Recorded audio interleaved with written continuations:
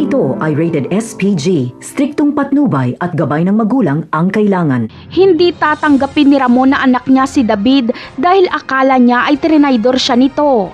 Imbis kasi na sila ang magkasanang patibong laban kay Senyor Facundo ay sila tuloy ang naisahan. Nagtataka si Ramon kung paanong nalaman ni Senyor Facundo ang kanilang balak. Tanging si David lang ang pwedeng magbigay ng impormasyon kay Senyor Facundo. Iniisip ni Ramon na mas panig si David sa pamilya ng kanyang asawa. Papatayin niya na sana si David pero aawatin siya ni Olga at kukumbinsihin siyang hindi traidor si David. Habang si David naman ay makakapag-isip-isip na tuluyang traidorin si Ramon dahil wala na siyang ginawang tama sa mata ni Ramon. Mas gusto na lang ni David na mapatay nila Senyor Facundo si Ramon. Samantala, 24 oras na lang ang binigay ng doktor kay Don Julio at mamamatay na daw ito. Pero hindi kampante si Olga dito dahil alam niyang masamang damo si Don Julio kaya alam niyang mabubuhay ito.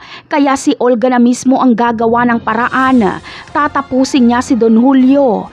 Masaya si David at Olga sa pagkawala ni Don Julio dahil si Ramon na lang ang problema nila. Kaya naman, tuluyan na ngang paglalamayan si Don Julio. Delikado na si Ramon dahil si Olga at David na lang ang nasa kanyang panig pero pareho pang traidor. Ganun pa man ay may nalaman si Ramon dahil narinig niya pala ang usapan ni Marcelo at Olga tungkol sa tauhan ni Marcelo na nagngangalang Tanggol. Ito ang pasikretong aalamin ni Ramon. Napakarami pa nating dapat abangan sa mga susunod na episode. Paalam!